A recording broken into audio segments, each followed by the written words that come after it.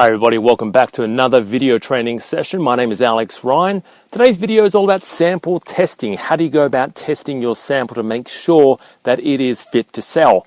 And this is something big because if you have a crap product or it's not been sample tested, you will get a lot of refunds from customers.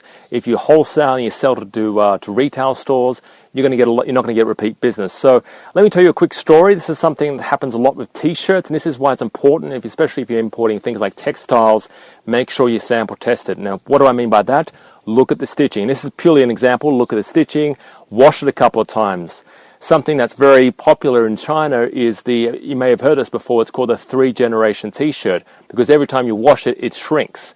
And we call it 3-generation because obviously, you're going to wash it, then you give it to your son, and then they're going to wash it, and they're going to give it to your grandchild. So that's why you call it a 3-generation t-shirt. And this is something big, especially in the textile industry. Make sure that whatever you bring it in, especially if it's cloth or some sort of item similar to that, make sure it's tested. You wash it, you look at the seams, you look at everything when it comes to sample testing.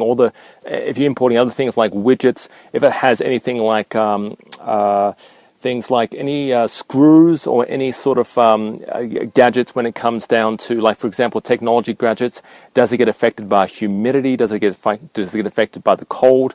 All right. Does it stop working after a particular time? Sometimes if you have a widget and you test it over 1,000 times, and this is the sort of things you have to do when you sample test, okay?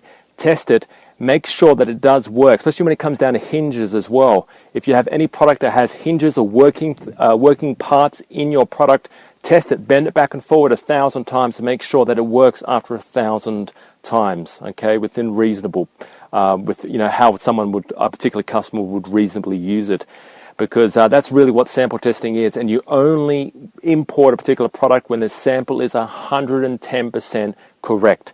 Not 90%, not 100%, but 110% correct, all right? So this quick video is just about talking about sample testing. I hope you enjoyed it. If you want to find out more information, check out our website. I'll talk to you real soon. To gain access to my free video lessons, where you will discover how to find hot products to import that people want to buy, 7 easy ways to locate quality factories in China that won't rip you off, my secret negotiation strategies to getting great prices from factories, how to sell your goods once they arrive from China, and much, much more.